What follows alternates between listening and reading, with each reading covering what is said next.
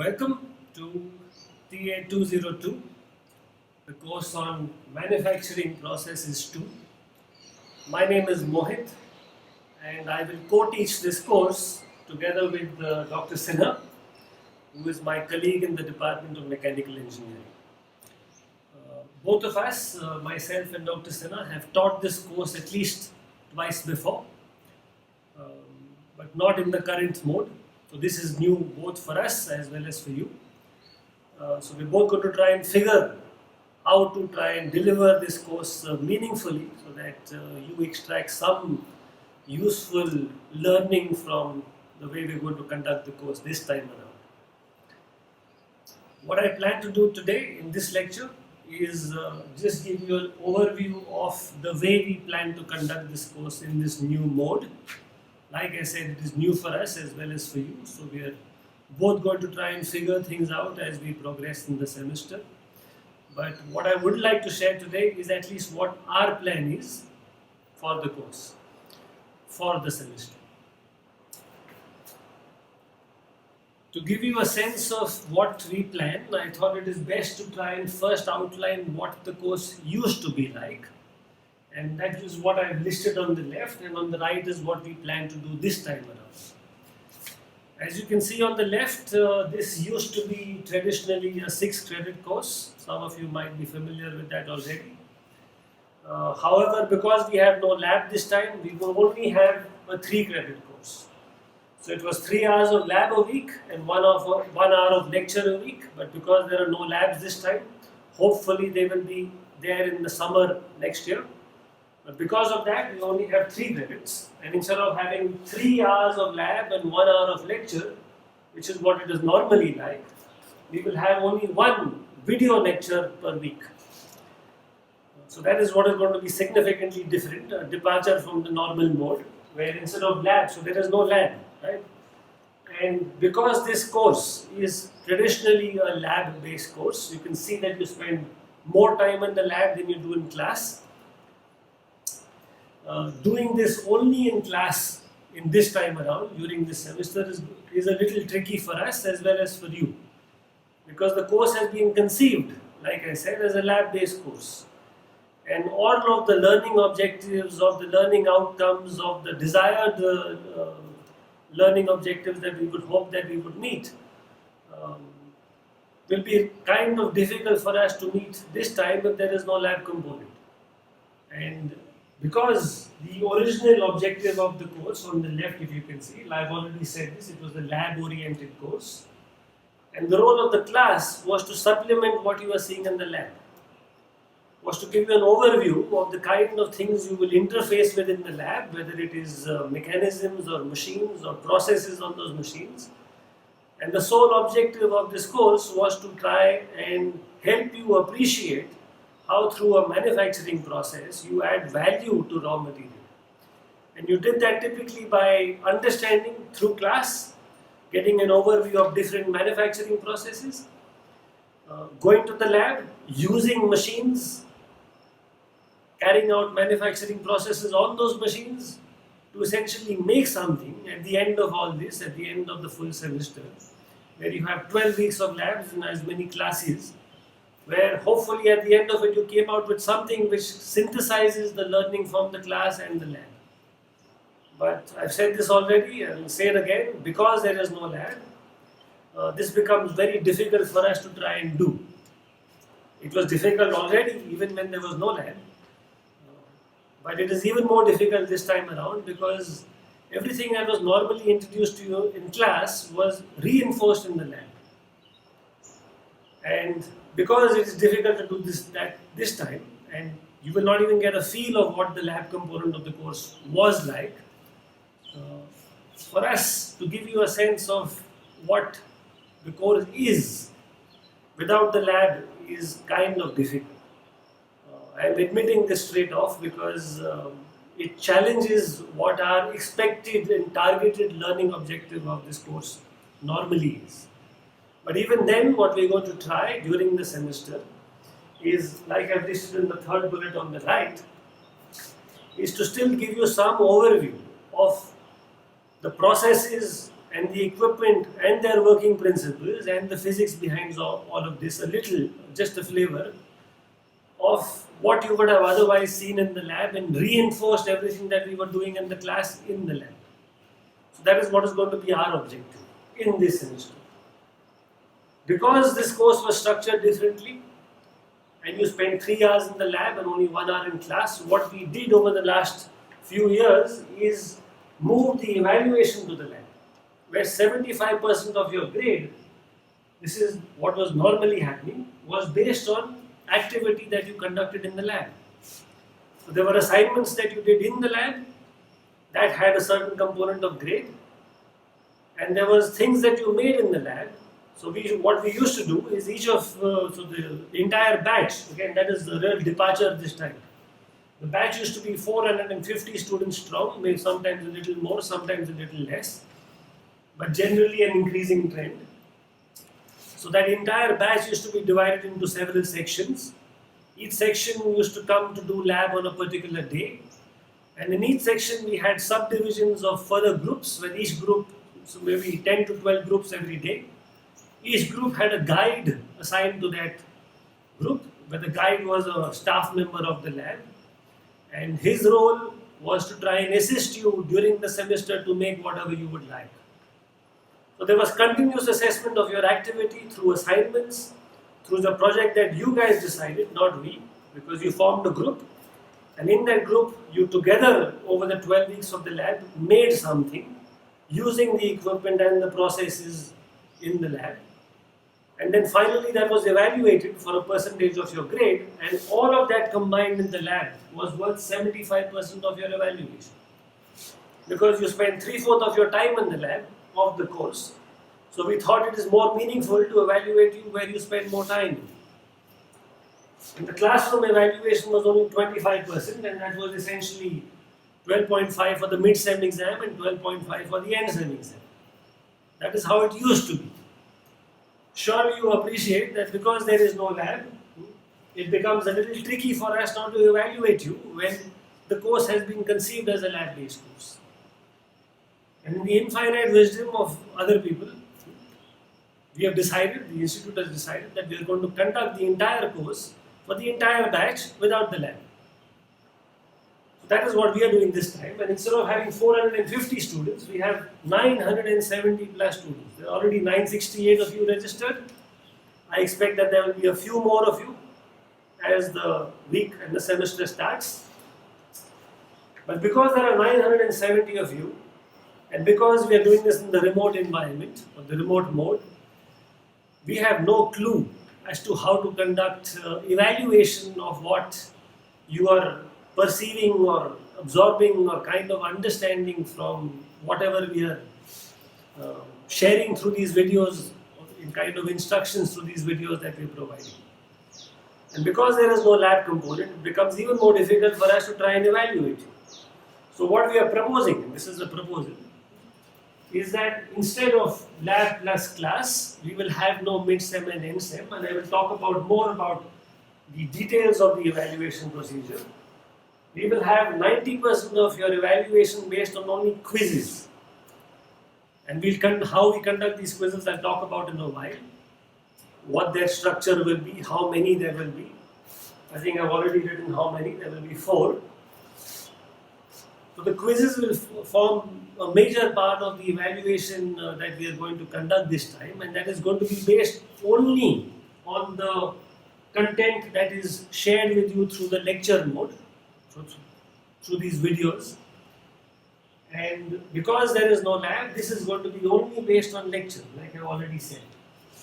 But to still get a sense of how you guys are interfacing with the course and how you are participating with the course or in the course and what your contributions or your learnings from it are, we are saving about 10% for some kind of online participation based on some kind of analytics, which I will again talk about later in this discussion.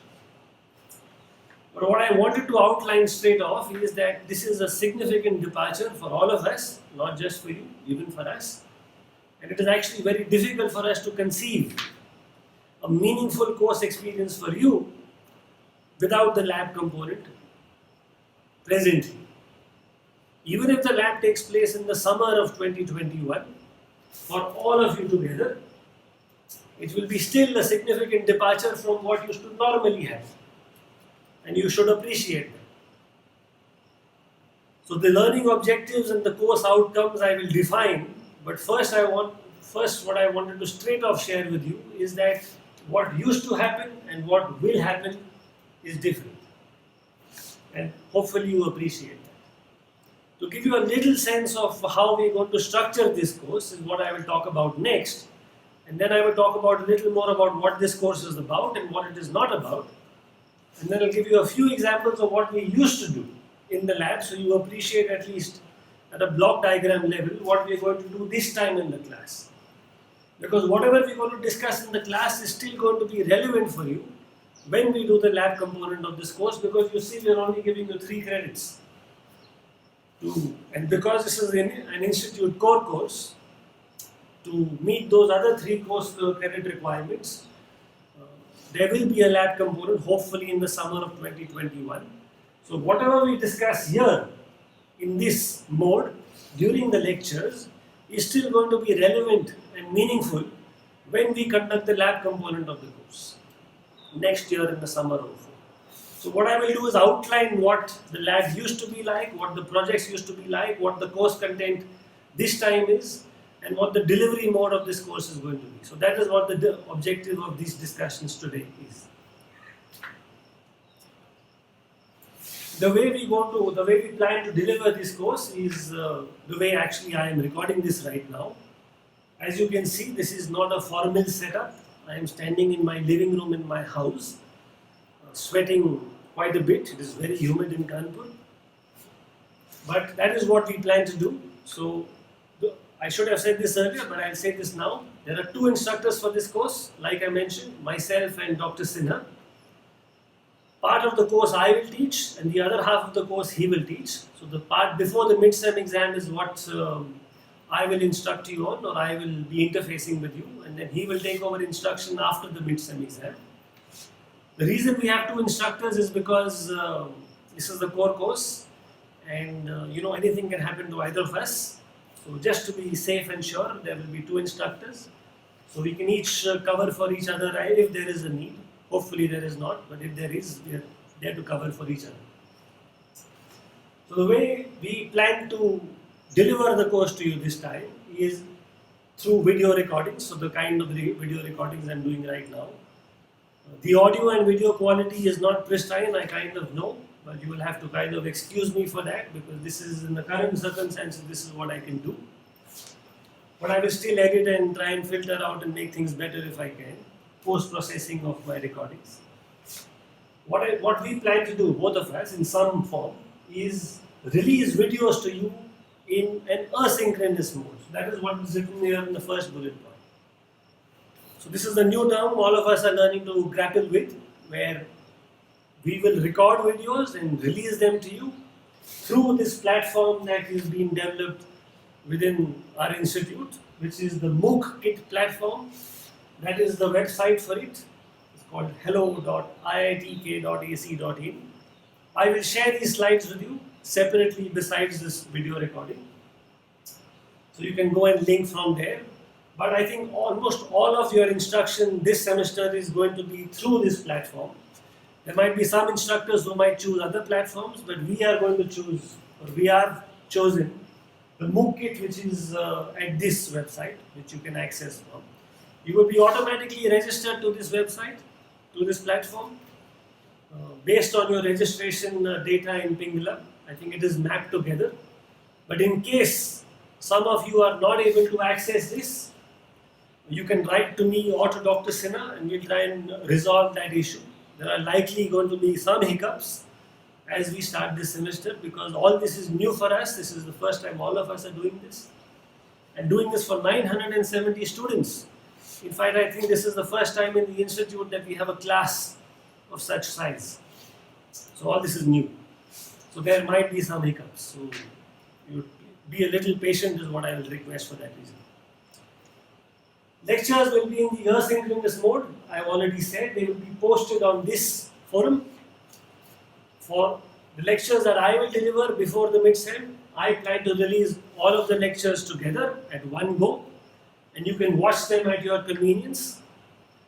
This is very different than a structured, disciplined approach to how you normally approach things when you are here in person. And not just for this class, like I said, we will expect that most courses that you will take this semester will be in the asynchronous mode, where lectures will be pre-recorded and delivered through this platform. Not just lectures, but all supplementary material that goes along for this course, whether it is these slides or it is some other information, they will also be available at this platform. Your evaluation will also be conducted on this platform. Your quizzes will be conducted through this platform. Again, how we conduct quizzes, I will spend a little more time about later in this discussion. I am just outlining the mode of delivery of this course because this is important for you to appreciate. So videos, notes, quizzes, participation, your participation in the course through questions that I might or Dr. Sinha might throw out through forums will also be monitored and potentially evaluated. So that might form part of the component of your grade. Again, I'll talk a little more detail about that later in this discussion. But this is what we plan to do. Lectures in the asynchronous mode we release. Like I said, I will release everything in the first week of September. And you have to watch them at your convenience. It is going to be difficult because normally, like I said, there is a structure to our lives and all of us are challenged in that manner right now. But I would still encourage you to make some kind of schedule for yourself because if you're taking multiple courses this semester, watching lectures just before the quiz or before the exam can be cumbersome. So as far as possible, stick to the schedule or a timetable that we otherwise follow. For your sake, it will be useful. Again, one of the things that is really missing this time and which you will also potentially miss even more is interaction with your peers, formally or informally.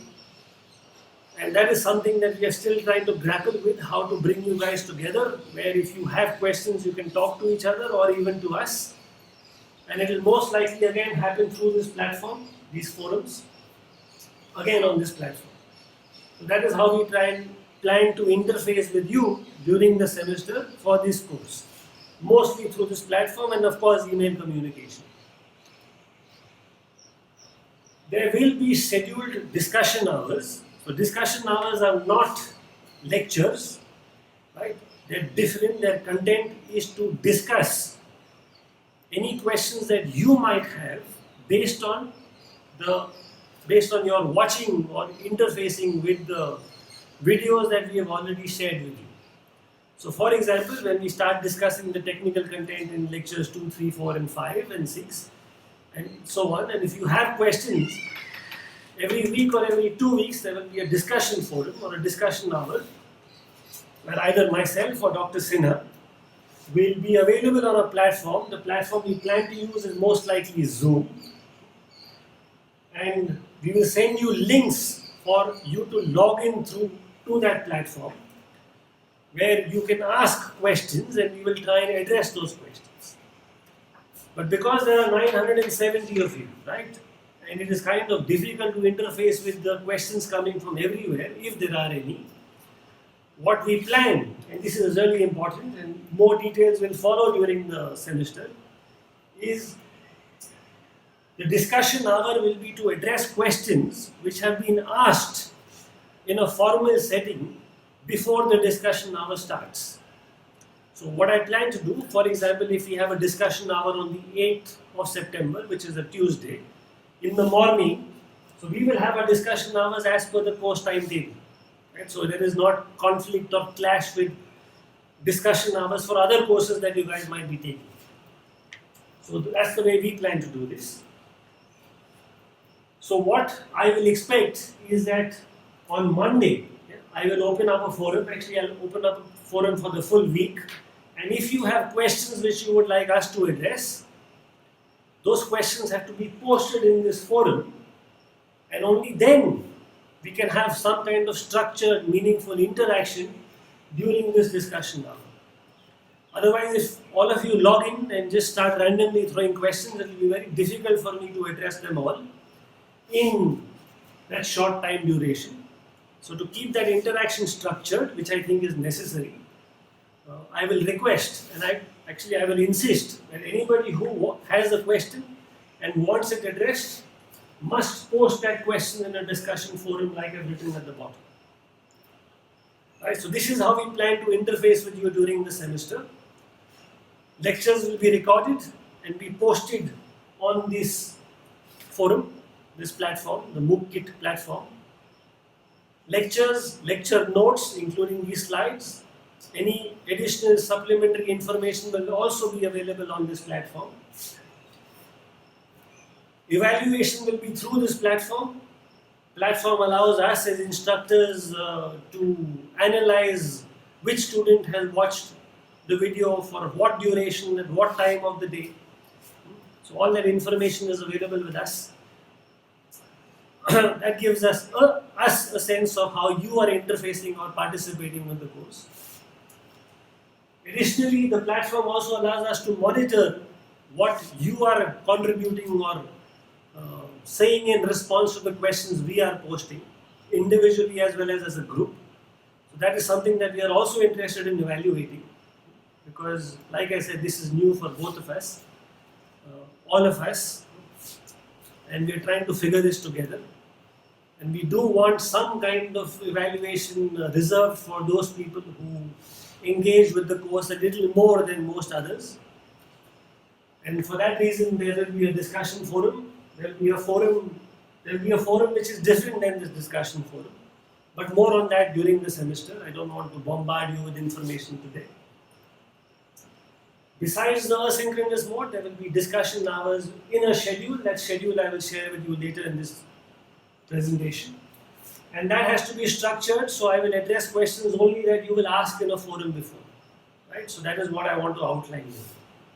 So having kind of outlined the way we plan to interface and engage you in this course or deliver content to you, what I will now briefly do is give you a sense of what this course is and what it is not, just to get a sense of what to expect in the coming lectures. Alright, so like I said, this is Manufacturing Processes 2. There is a reason it is called 2, because there is another course called Manufacturing Processes 1, which is TA201. Right? There is some logic to this. And there is a reason for that, because in this course, when I say 2, we talk about secondary manufacturing processes. So naturally, because this is secondary, there has to be something called primary. And those primary courses, or those primary manufacturing processes, you will be introduced to separately in TA201, which I understand all of you are taking again in this semester, which is nice, because there is some continuity from what happens in TA201 to TA202, which is nice, because other times half the batch takes TA201 now in this semester, and the other batch takes it in the next semester. And normally it should be sequential, but because of our infrastructure and our logistics, it is difficult for us to do that. But this time, because we're doing this in this mode, we're doing all together. So the primary processes you will be introduced to in that course. This course is mainly about secondary processes and using those secondary processes to make things which are of value. So essentially, all manufacturing adds value to raw material, but the secondary process takes something that is manufactured in the primary process, and the primary process can be casting, forming, forging, and more of which you will be introduced to in TA201, so I will not get into it here. But this course essentially assumes that the material has come to you already after a primary manufacturing process has been completed, and then you give it some final shape and form through a manufacturing process so that that material becomes functional, or it can go into a component or equipment or machines which are then functional. So that is what this course is about. Right? So that is what I've kind of listed in these first two bullets here. That it is about secondary manufacturing, not primary. primary will be dealt in TA201. When I say secondary manufacturing, I primarily mean, so in secondary, I mainly mean machining processes. So machining is this process where you normally subtractively remove material from something that has been manufactured through a primary process of casting, forging, forming or joining. It comes to you and then you remove material, you give it a shape and form to make it functional.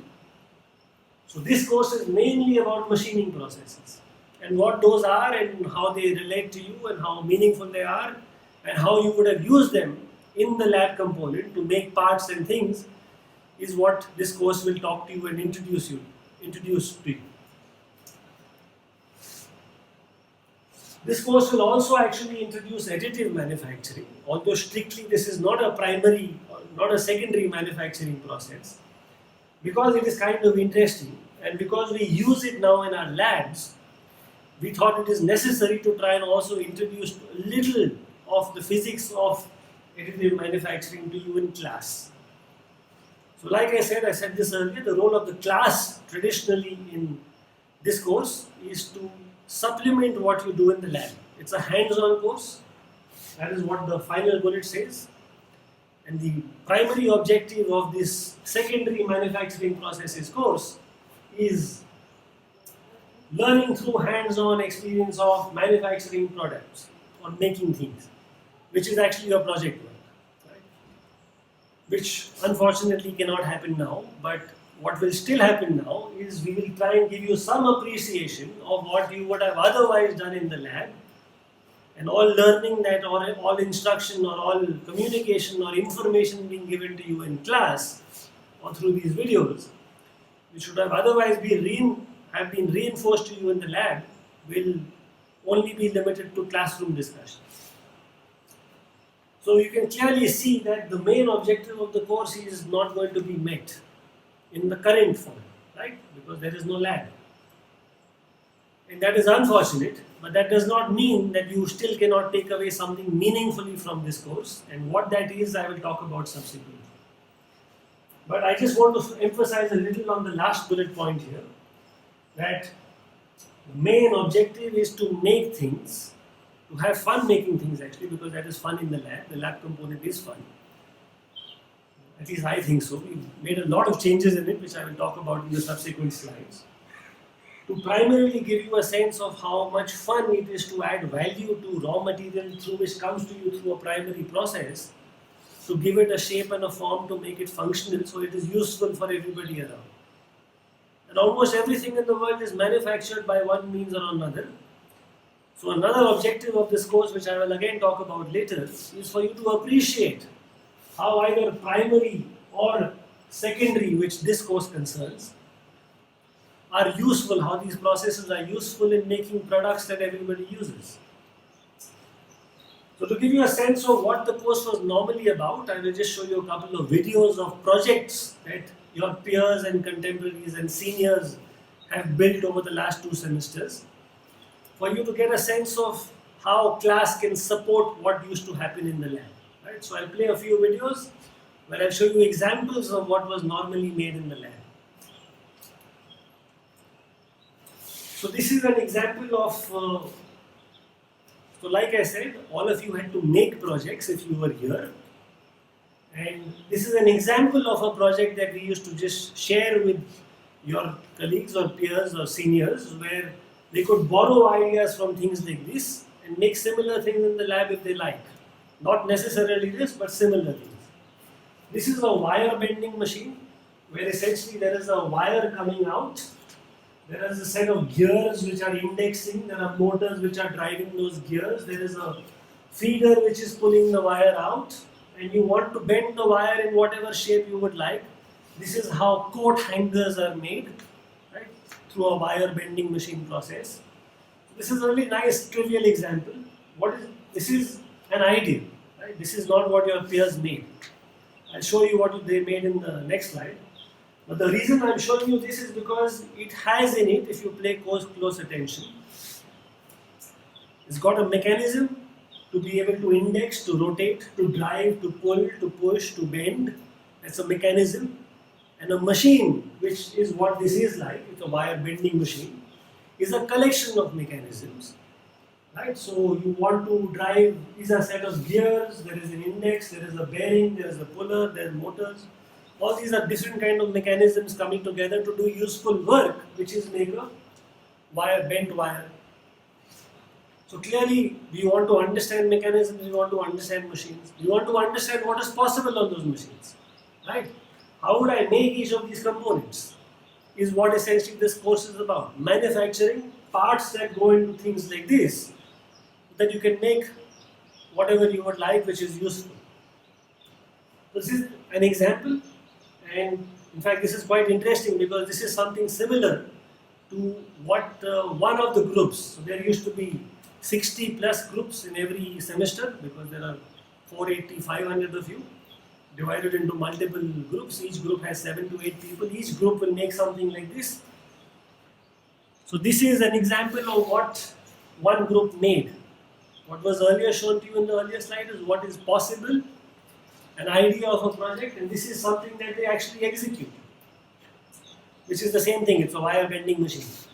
Again, you see there is a set of gears, there are motors, there is a pulley system, there is rollers, there is something being driven out, there's an, oh, I must mention, I should have said this earlier. This course actually, to be honest, is tricky to teach even in the normal times, because normally there used to be a lot of disconnect between what we do in the lab to what we do in the class, to what we evaluate you in the exam, to what our expected learning objective is, to what you actually learn. And I have no shame in admitting this, it was kind of very disconnected. So we've taken a lot of effort over the last few years, especially in the last few semesters, in overhauling the course to make it a little more fun and relevant for all of you. So the kind of things we introduced in the course actually were we gave everybody a 3D printer. So each group got a printer. And the way they got a printer is we gave them a box. And in that box was the printer which you can buy on Amazon, which is not very expensive. So we gave everybody, each group, a box. What they did is they opened the box and they assembled the printer and they started using it. And they used that printer to make parts, these gears which are in red, and this rack which moves up and down. We'll talk a little more about the details of all this in the subsequent lectures. I'm taking leaps here. All these were 3D printed. Additive manufacturing, it's kind of fun, right? So we thought we'll introduce this. To make it even more meaningful to a lot of other students, we thought each group, what we did is we gave them a kit. And the kit had an Arduino board, an Uno board. It had, I think, 2 motors. It had several motor drivers. It had a battery pack and had an SMPS pack. And what we wanted you to do is actually do all of this instead of doing it manually. Control these things using motors. There are some groups, and I'll show you a video of another example of another project which people made in the semester before last. The last semester was also cut short, where they also use sensors. And it was kind of impressive because we just gave them the building blocks of what we thought they can take and have fun with, and some groups ran away with this idea. They actually had a lot of fun. So this is one idea one example where you have several motors all being controlled simultaneously through that Arduino board. So we also had a programming component in the lab. We had assignments where we tasked you with doing certain things. So all these things we taught you. We did not expect you knew anything. And we introduced all these things in the lab to you, how to print, how to assemble, how to make the other parts through conventional, traditional manufacturing processes, what this course is normally about. So we tried to have a little more fun. Unfortunately, that scope is not available this time. But this is just to give you a flavor of what the lab component is about. And how what we do in this course is to help you understand how to make these different parts, is to help you understand how these parts are made in the lab. You make them yourselves in the lab. To give you a sense of how all this activity of manufacturing is useful to give value to a material by giving it a shape and form to make it functional, because now it is functional. A rod by itself has no value, right? But by by carrying out a manufacturing process, by using it in some kind of assembly, you make it do work for you, and then it has value. So that is what this course is about. This is one example. I'll show you another example. So this was just an idea to motivate what is possible. This is not what your peers did. This is an indexing mechanism. I don't know if it is clear, but in the slides in the video I upload, hopefully it will be. Or you can go and watch the video on your own time. These are rollers or pulleys. There is a belt on that, and there is something that is translating. Whatever is kept on that is translating, not continuously, but in an interrupted manner. And that interruption is happening through another mechanism. So imagine that you have a conveyor system, you have a sorting system, right? This is how these things typically work. This is a scaled down version, a Mickey Mouse version of what really happens. But it's a nice idea because if you appreciate how these things are made, how the different parts are made, whether it is indexing, whether it is conveying, whether it is rolling, driven by motors, you will appreciate how each of these things are made and how when you make them, put them together, they add value to do what you would like to do. So this is an example of what is possible. Let me show you what your colleagues and peers and contemporaries did. That was much simpler than what they did. So you can imagine that these red and blue color boxes are something that you want to sort as per their color or their size. So you can see now there is a conveyor system driven by a motor. The red color box went there. You will see that the blue color box comes here. So clearly there is a sensor which is detecting. They actually use a light sensor.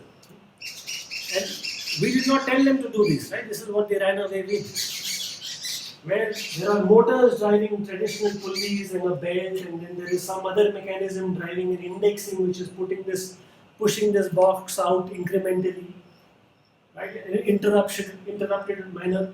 There is a sensor which detects the color of that box and it decides the rotation direction of this depending on what you detect there. There is logic to all this. So this course was not just about making things in the traditional sense, but also making things like this. That is the box that we gave each of you. The box has an Arduino kit, motor drivers and motors are here. There are a lot of 3D printed parts here also, besides parts that are conventionally manufactured. They're all here. And the point of introducing these examples is to show you that everything that goes into making something like this is what this course is about. And what the class component of this course is about is motivating how each of these different parts are made. Whether it is the mechanism to convert rotational to translational motion, whether it is an equipment like this, which is a collection of different mechanisms, whether it is making different parts of this mechanism or this machine. That is what this course is essentially all about. So hopefully you get some kind of overview or flavor of what we normally used to do, which we cannot do now because of our current board. But the class will still carry out activity, or we will discuss things which will be relevant for you to make these things. So in fact that brings me to the content of this course. I just have a couple of more slides for this discussion today.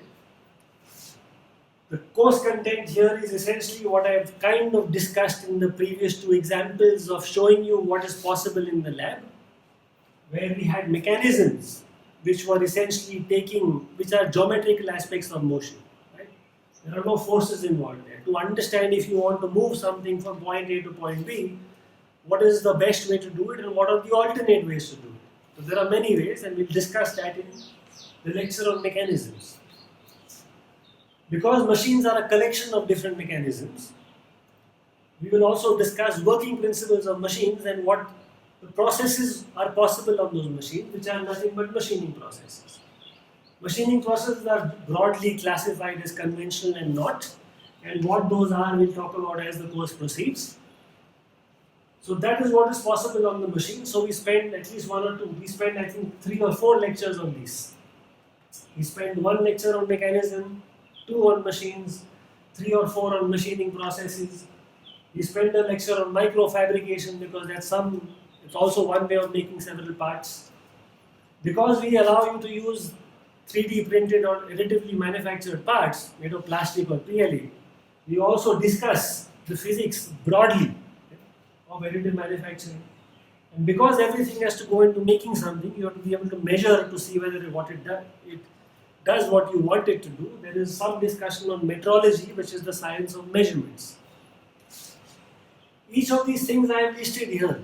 I want to say this very upfront, and I want just to drive this point home very importantly. Each of the bullets or topics I have listed here is a subject in itself, right? Mechanisms, and I will discuss this again when I discuss when we start teaching and introducing these concepts to you. That mechanism is a subject in itself. It is normally taught to mechanical engineering students in their third year, theory of machines and mechanisms. In 40 lectures, what is done in 40 lectures, I will try and do in one. So you see, I am not going to be able to do justice to any of these subjects, but that is not the objective of this course. The objective of this course is to give you an overview of what the different mechanisms, machines, their working principles, what is possible on those machines, the machining processes, how you can use all that information to make something meaningful. And if you are able to do that, you are able to appreciate the process of taking raw material and giving it a final shape and form which is useful, which is what we would like you to take away from this course with the lab component. Machines, again, there is a complete course on the design of machines and their elements, again in the mechanical department. Machining processes, there are at least 2 upper level electives in the mechanical department which talk about this. There's 80 lectures, what we will try and do in 2 or 3, maybe 4. Microfabrication, again, there is a full course, 40 lectures which we'll try and cover in 1. Additive manufacturing, again, full course which we'll try and cover in 1. Metrology, we don't have a course, but we have half a course, so that's still 20 odd lectures we'll try and cover in 1. So you see, we're not going to do justice to any of this.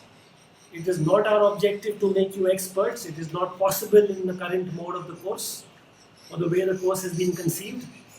And in fact, that is why this course is even more difficult for us to teach. Because to give you some information which is meaningful so that you can do what is necessary in the lab and carry away something, learn something from that. And still, because we only have 12 lectures in the entire semester, and still not be able to go into the details or the technical aspects of the physics of each of these things is actually very difficult for us to do. But we've tried, we've been doing this for several years, we kind of have a handle of how to give you meaningful information which we think is useful for you to then use in the lab to do. Because the main part of this course is in the lab, not this time, but otherwise. Although there are a lot of, each of these things is a subject in itself, there are some reference textbooks that we will use which are as a guide. But what will be more useful is actually if you, the third bullet point here, if you listen to these videos, if you follow information that we will share through slides and any supplementary material. Because although there are 2 reference books, and these are available in the library, e-copies we've made sure are available, or they should be available in the next week or so. I'm recording this before the lectures have started, the semester has started. But we expect that this should be available in a week or so, right? If it is not already. So e-copies of this are available, and I would encourage you to go look at them. But more importantly, you must interface with the course by watching the videos and engaging with the material that we upload. Because that is one way that you will get a sense of what we are trying to communicate to you. Because these books are okay, but they have a lot of information, and we have taken a lot more effort. So for example, the content which I will cover in 6 lectures, there are at least 14 books that I have referred to prepare the material that I would like to give you. And I can't list all of them because I can't expect you to read all of them. I don't even want you to. But if you get interested in the subject, you can go take all these electives as and when the time allows. Okay, right? To give you a sense of how we plan to structure this course, this is the schedule. There will be 6 lectures before the mid-sem exam period and 6 after. I said this before. Everything before the mid-sem exam period I will instruct. So my name is Mohit. Everything after, Dr. Neeraj Sinha will be responsible for.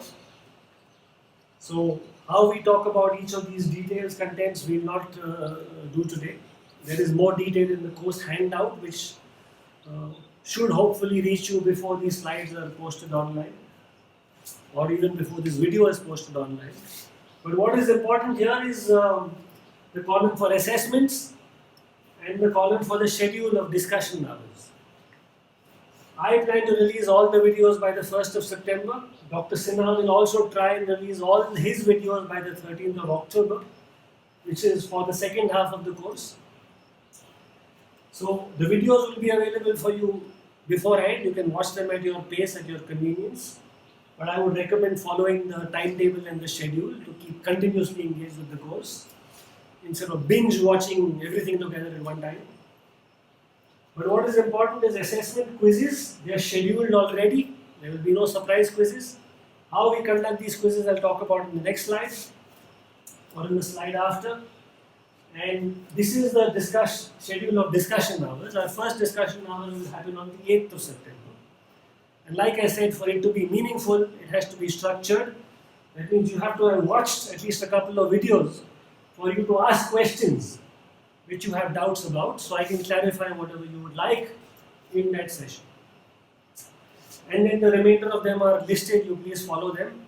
Not only I, Dr. Sinha too, will send you a fresh link. So we'll send you a fresh Zoom meeting invite link for every scheduled discussion hour.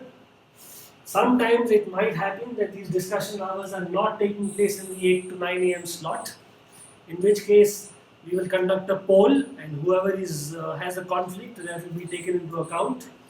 But in any case, there will be sufficient notice to you, and if it is not taking place between 8 and 9, you will know. Alright, so there is nothing else I want to discuss here. This is already in the course handout. Please go look at it, it is important. Right? With that, this is broadly the course objectives. I've kind of said all of this before, but I will still go through it again. Like I said, this is a tricky course for us to teach, instruct, conduct, deliver, even more so in the current time because there is no lab component. So to still keep you meaningfully engaged, to still give you some information which you can appreciate what you would have otherwise done in the lab is difficult, but we're going to try. The main objective of the course is actually to celebrate manufacturing. It sounds very silly when it is listed there, but in my view that is the main objective, because if you appreciate how manufacturing adds value and the multiplier effect it has in our economy in terms of value, in terms of money, in terms of jobs that are created for every job in the manufacturing sector, you will appreciate why this course is important. Because manufacturing touches us in one way or the other all the time. Everything that you interface with your life, in your life, has been manufactured by somebody who has thought very hard about designing it, about analyzing it, about making it, and about making it available to you. Right? So this course is introducing only some aspect of all of that, which there's a lot of thought about in the background. I've already said this, we'll discuss working principles of machines and processes. And what is most important is this bullet here, develop a bottom-up thinking approach. If you can, so because we will take you through the building blocks of machines and what is possible on those machines, and if there was lab, you would have made things on your own. You will actually go through this process of what the ingredients are. What is the mechanism, how it works, which mechanism to use, how to size it, how to select it, right? How does a mechanism, how many mechanisms go together to make a machine? How does a machine work? What can you do on that machine? Again, kind of work, a process, a manufacturing secondary process to again make something of value. If you can appreciate this bottom-up thinking, right, you should be at the end of this course.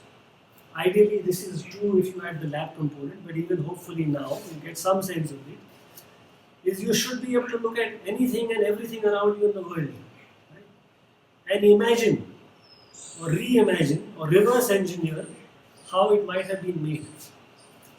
And if you are able to do that, right, it is an immensely gratifying feeling if you can look at something and just in your mind reverse engineer how each of those components in that product or in that assembly or in whatever you're using will have been made.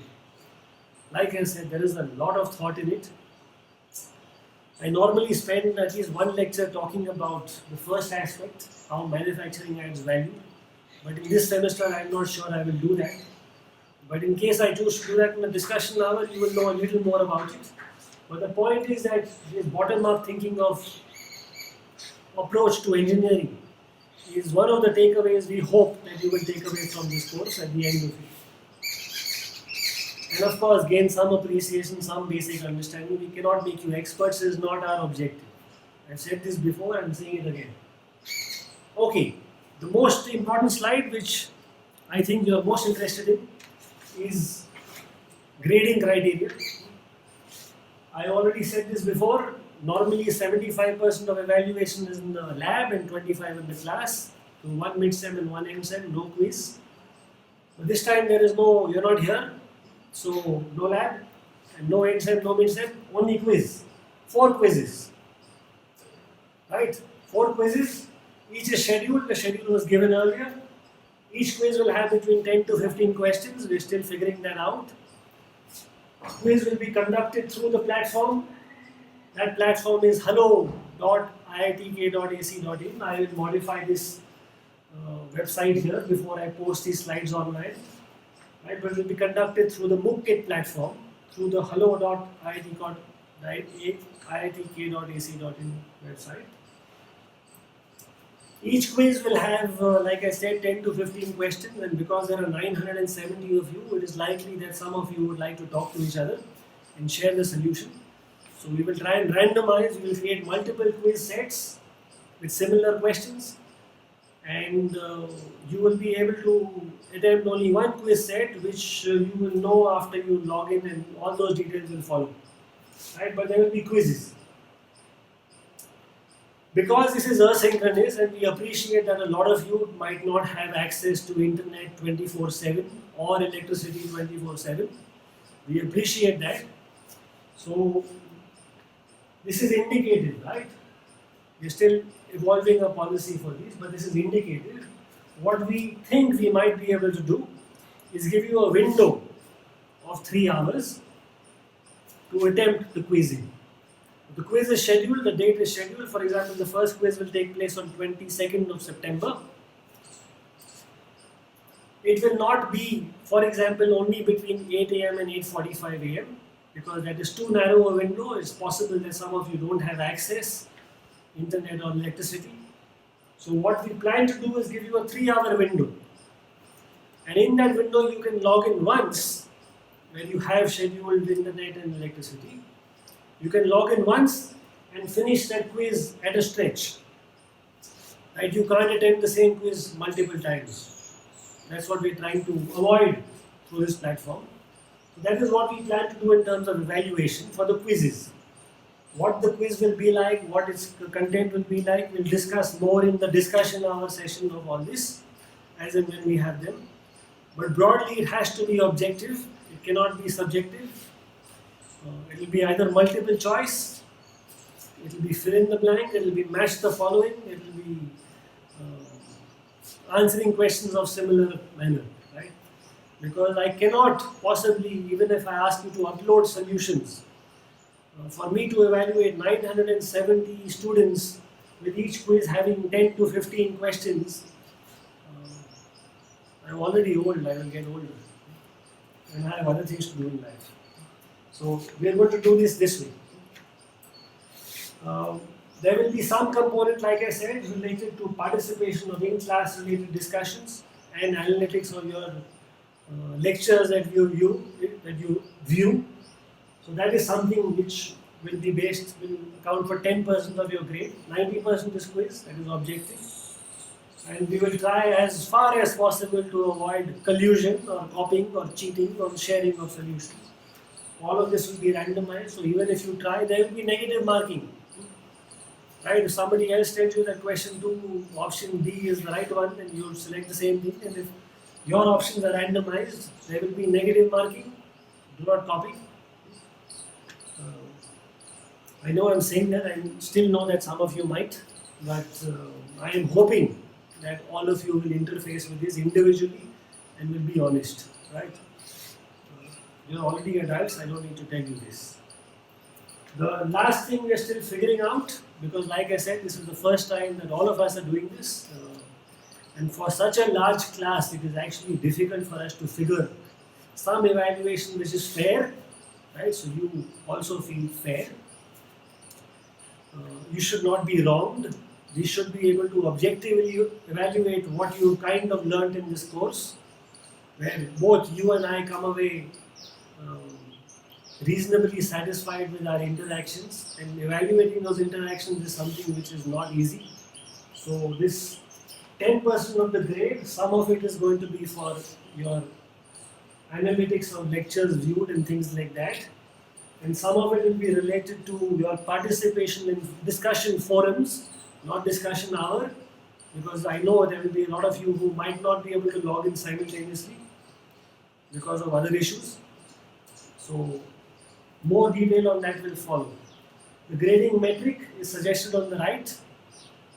This will be absolute. Most likely there will be no relative grading. I am not a fan of it. But Dr. Sinha and I are still figuring this out. But it will be most likely in this form, right? If you have an A star, to get an A star you need 95 plus, which can be difficult. A is 85 plus, B is 70 plus, and then everything else C, D, F. There is no E, but F and E and F is E, you can imagine, right? Okay, so this is what I want to leave you with today. The objective was to give you a sense of what this course is going to be like, how we are going to deliver it, how we are going to structure it, and hopefully you get some appreciation. What we are going to do in the subsequent lectures is we'll talk about the technical content. So we'll start with mechanisms, we'll then move to machines, then we'll move to processes. We'll talk a little about mechanics and physics of those processes. All that is before the mid-sem, which I will deliver. And then after the mid-sem, Dr. Sinha will take over. And then he will talk about non-traditional processes, again manufacturing processes, a little about additive manufacturing, and a little about metrology. That is the way the course has been structured. This is not the website for the link. I will modify this before I upload this, the slides. But you will interface with this course and through us, through the platform, which is the hello.iitk.ac.in. Access for which you will get if you registered already for this course, and in case you do not have access, if you don't have access, you might likely not be able to even access this video. But even in case you are able to, and you see that you don't have access to that platform, you can write to me or Dr. Sinha and we'll resolve it. I would also like to add here that we expect and we know that there are some of you who have challenges with accessing internet, even at the 3G and 4G speed. Some of you we know are in remote locations all over the country and might not be able to access this content. So some of this content, actually all of this, will be shipped to you, is what the DOA's office is trying to put together. So hopefully that will reach you in time. How we will conduct evaluation for those students who do not have access, and that list we already have, is something we are still evolving, but it will be as far as possible objective and fair. It has to be. We cannot disadvantage you for not being able to access this content. So we'll work out something. So I would like to allay, if you have any fears, you have to trust that we have your interest at heart, and your learning is what we are most interested in. So with that, I think I will conclude this lecture by just saying that, of course, all of us, we have to save ourselves as long as possible. But if you need to reach out to us for anything, right? There is not just Dr. Sinha and me that you can talk to. There are two more tutors, Dr. Supratik Mukhopadhyay and Dr. Saurabh Chaudhary. They are also available. Their contact details are here. They are also faculty colleagues in the Department of Mechanical Engineering. And there are 14, I believe, TAs who have been assigned for this course. And the primary purpose and role of TAs is actually to interface with you. Maybe through the discussion forum, maybe through breakout sessions. If there are questions, they can help you answer. And of course, you can always reach out to Dr. Sinha and to me, or to anybody else on this list. Right? There is no hierarchy. You don't have to first go to them. They will not first go to them, and then they will not come to us. You can write directly to us. Right? 970 students getting emails from might be a little challenging for us, but we'll manage. We're here for that. So with that, I hope you got some sense of what this course is going to be. We will take it. We'll try and make it as meaningful as possible, even without the lab component. But otherwise, it's a fun course to do, especially in the new form that we have modified over the last few semesters. And hopefully, you have a chance to interface with that modified form of the lab component when you guys come back. But for now, I will conclude this lecture, and you will most likely see me again when we're talking about the first formal lecture, lecture number 2, which is mechanisms. So with that, again, stay safe, healthy, and we'll see each other again. Thanks.